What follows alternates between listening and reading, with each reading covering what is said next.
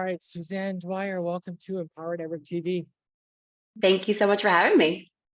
I'm excited you're here. Finding your purpose, that whole discussion we were just having prior. Do you mind just leading it off with that and just kind of what we just talked about, saying a bit more of what that looks like, finding your purpose and the necessity of it? Absolutely. So purpose, excuse me, purpose is a journey. So it's not just, you find the one thing that you're supposed to be doing for the rest of your life and that's it. It's purpose comes in different stages of life. So the purpose that you find when you're 10 is different than the purpose that you're going to have in your 20s, which is different than you're going to have in your 30s and different than you're going to have in your 40s. There's different points in time where you find different purpose, different meanings of what you're supposed to be doing. So when people are like choosing a career path when they're, 18, 19 years old, going to college for it, and then, they hit their 30s and 40s and feel like, this isn't fulfilling to me. This doesn't have purpose to me. This has no meaning to me. Everyone's like, well, you're going against the grain. And actually you're not. So what it comes down to is, purpose is just ongoing. What you feel like you're being called to do at one age is going to morph and change over the period of your life. And it's supposed to change because we change, we grow, we learn new things, and we have to share those new things with other people. For me, I started on a path in business coaching, and I've been, doing that for the past 20 years, and making a transition into lifestyle coaching was a calling for me. It was finding my new purpose. And it wasn't that I was falling out of love with business coaching. I still love coaching people in their businesses, but there's more to life than just business. There's your entire life. And purpose is one of those things that it will continue to change as you continue to change and you continue to grow. So we can't just say, oh, my purpose in life is this, and just stick with that forever. You're supposed to constantly reinvent yourself and constantly learn more about yourself and what your purpose is of being here. Because there's different people put in your life every day, which means that you have a different purpose in each one of those people's lives every single day. And it's your mission to find what that purpose is. What have you found for your own evolution then, as you've met people and opportunities and evolved? What themes are you seeing in your own evolution? In my own evolution, I am a catalyst. I am a person that some people like to say I cause a ruckus. I do. I'm the type of person that's going to say, hey, look, did you recognize that little pretty shell that you covered by a little bit of sand? Oh, you should pay attention to that shell. Oh, by the way, there's another shell in about 5 feet. Oh, by the way, there's another shell in about another 5 feet. And I've always been that kind of person that brings different things to people in the sense of I challenge them in the sense of not allowing them to live a status quo. I don't tell people what to do. I'm not like, pushy or bossy unless you ask my kids, of course. But when it comes down to like people finding their next steps, I have a tendency of just being that person that's going to kind of push it just a little bit and say, but is it? And I'm going to ask the intentional questions. And I've always done that. I've done that my entire life. And now I just do that in my career. I've done it in my career in business coaching. I've done it in, business consulting. I've done it with my family. I've done it with my friends forever. And now it's just the main part of my business is really getting deep into that intentional part of asking the right questions to get people to really think and really evaluate what it is that they want for themselves and what it is that they need, compared to the things that we've been all settling for. So I know that my permanency, the thing that I've seen as my active trend inside of my life, has been the fact that I'm a catalyst for other people, to just activate them in the things that they're just not seeing. What do you find they appreciate about you the most? Like, is there a way that they go, wow, I love what you're doing in your life. Can you help me do that in my life? Or what do they tell you? So yeah, it's anyone that I kind of come across. So I'm an intuitive lifestyle coach. So like I use my intuition, and my intuition is going to kind of lead me down the path of what that person needs to hear. And if it's about their business, it's going to be about their business. If it's about their personal life, it's gonna come out. But I kind of just lead with whatever my intuition is telling me that person needs to hear in that moment.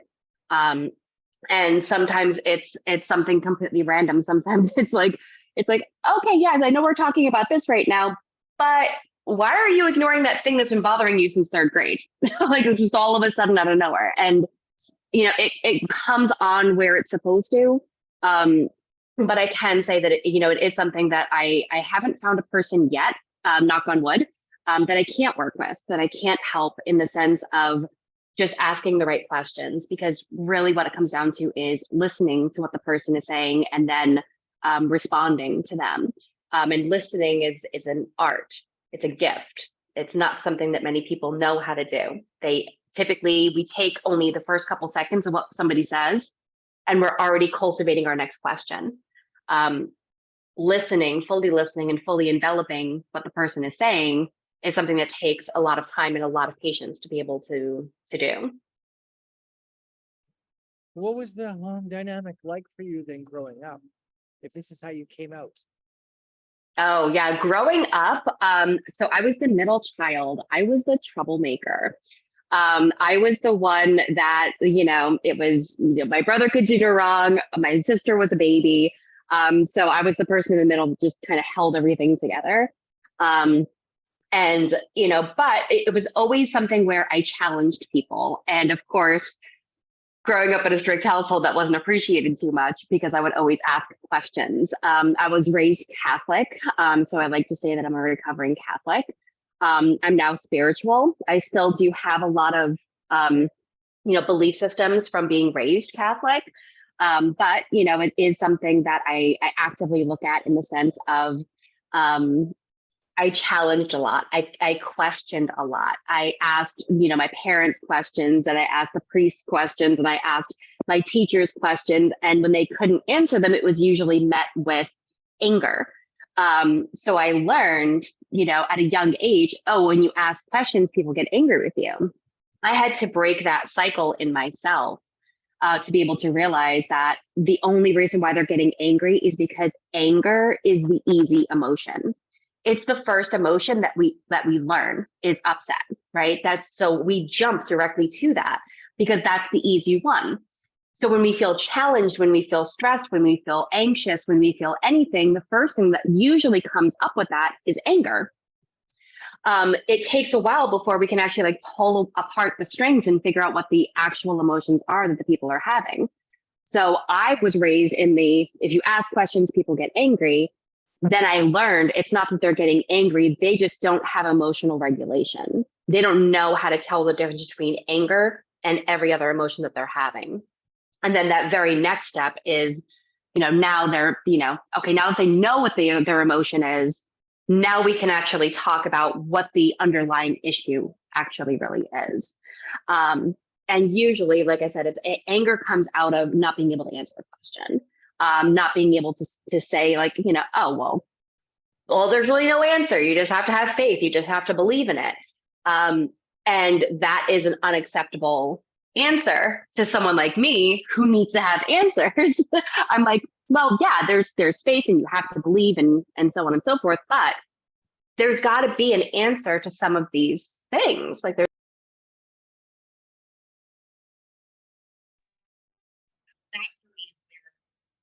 that for me is where most of it kind of came into, connection to what I do now, to gain a true understanding of what it is important to me through a deep understanding of what I learned as a child. Your audio just cut in. Your audio just cut in half. Your audio just cut in half. Yeah. Hold on one second. Sorry about that. No, it's all good. No, it's the same. Oh, Now we're good. Now. So how do you practically? It's all good. How do you practically use this then? Like, do you run group coaching or business? What does it look like today in your life? So I do group coaching and I do one-on-one coaching, and I also offer mentorship. Mentorship is for the people that want to tiptoe. Coaching is for the people that want to dive in, and group coaching is for the people that need to do it with other people because they need to have that sense of community. So I do offer 3 different ways of being able to work with me. Which one do you find most rewarding? Honestly, I don't have a personal preference. Everybody has their breakthroughs. I have to say most happens in one-on-one coaching. Just the coaching itself, because we have so much time together. It's 4 hours a month, every month. And because of that, like they get a lot of insights. We break through a lot of walls pretty quickly. One of my clients actually had actually filed for divorce that she's wanted for over 30 years. And because she had such severe limiting belief systems that she was programmed to believe, like when you get married, that's just the person that you're with, and you have to just deal with however they treat you. And when we started challenging those belief systems, she was like, I don't need to live this way. And she filed for divorce. And that was only after 3 months of working with me. So it was a major, major life change. And there's a lot of that happens when I work with people one-on-one. And of course, everybody gets what they need to get in the moments they need to get it. Like I said, I listen to what intuition is telling me. So if we're in a group coaching session, I have a tendency of just picking somebody out and saying, you need to hear this. And it doesn't matter how many people are in the room. I'm just like, listen, you need to hear this right now. And I'll be vague with it so that they understand it, but not everybody else in the room might understand it. But it would be impactful for the person that needs to hear what they need to hear. So, I mean, it's really, everybody gets different results, but really it comes down to, I think the more time that you have with me, the more you're going to get. Have you always enjoyed being a disruptor? Always, of course. So my official title for most of my networking is I am the brain unfucker. I am a complete disruptor. I love being the person that's going to be the catalyst, the person that's going to kind of like call you out on your shit and make sure that you don't ignore it anymore, because you can't. And if you want to continue living your life in a shell, by all means. But if you want to start living your life by being able to see the shells and jump from shell to shell to shell, that's when people really thrive the best. Awesome. Any great testimonials you got? Any more testimonies you got from us for people that have taken your coaching and then transformed? Absolutely. Somebody else that I'm actually working with currently, she was like, my life is going so great. Everything's going so wonderful. I was actually testing my assessment, because I actually created an assessment tool specifically for my clients, and this kind of has you evaluate all 7 areas of your life. So it's not just 1 or 2 pieces, and it's not like, here on a scale of 1 to 10, how do you feel about your love relationship? Because that's vague as crap and it doesn't actually help you. I ask very intentional questions and use intentional statements to have you really evaluate where you feel like you're doing in these areas. So I had her take my assessment, because I was like, well, I need, different people to take this assessment to just kind of give me some feedback on, what the results are for them. And I'm like, if you're doing everything really great, everything's going really wonderful for you, could you take the assessment for me? And she was like, absolutely. I'm super happy to do that. So I was like, great. So she takes it. And an hour later, she calls me after telling me that everything in her life is going so well. She's like, girl, why didn't you tell me I had so much shit to work on? And I'm like, what do you mean? I thought everything was going so great. And she was like, until I took your assessment.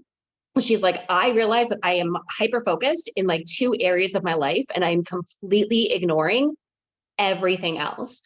She's like, so all of these areas, like I'm struggling in right now, because I didn't even realize that I was, because I was so focused on just my career.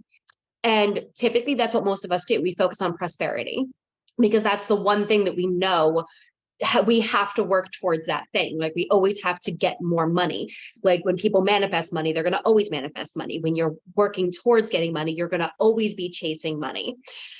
So we theoretically are always taught you have to just keep earning more, because it goes away, right? It always goes away. So what I do is I challenge belief systems in that, so that we can change focus. So for example, like for her, she was so hyper focused in business that like everything else was just kind of going to hell in a handbag. So what I did was I worked with her on shifting her focus, not just away from the thought of, financing being the only pathway, but also to challenge the belief system that there's not enough. Because when you have the belief that there's not enough of something, you're going to always try to kind of chase it, always going after it. So what I do is I change the belief. Worked with her through the process of changing the belief from there's not enough to money goes out, money comes in, money always returns to me. And so anytime that she would have that thought that, money going out, money's going out, money's going out, I need to make more, it was, nope, money's going out, money's coming back. I'm a magnet. It comes back to me all the time. And when that belief system changed, she was able to kind of shift her focus into the other areas of life, and everything balanced out. We worked together for about 3.5 months. And within that time, she actually increased her income. She reduced her stress. She reduced her cortisol. She reduced the heightened levels of her adrenals. And now she's actually on the pathway to start finding a relationship as well. Oh, sounds amazing. Thank you. So will you be able to drop any links I'll tag you in the Facebook post after. Please drop any links. Any last thoughts you'd like to leave with people that maybe feel stuck? Absolutely. When you make the decision to realize that you're trading your soul for paper, that's the time when change is going to start happening for you. Trading your soul for paper. Yep. All right. Well, Suzanne, Dwyer, thank you for being here at Empower Network TV. Thank you so much for having me. I love the catalyst energy you bring. It's system disruptor. It's fun. I'm sure your friends like that about you a lot. So. Oh yeah. Well, if you've been listening, watching Empower Network TV, and you would appreciate what Suzanne Dwyer has said, connect with any of it, please reach out to her. She'd love to connect with you. And Suzanne, thanks for being a part of this community. Love having you here. Thank you so much for having me. And I'm super happy to be here and definitely looking forward to connecting.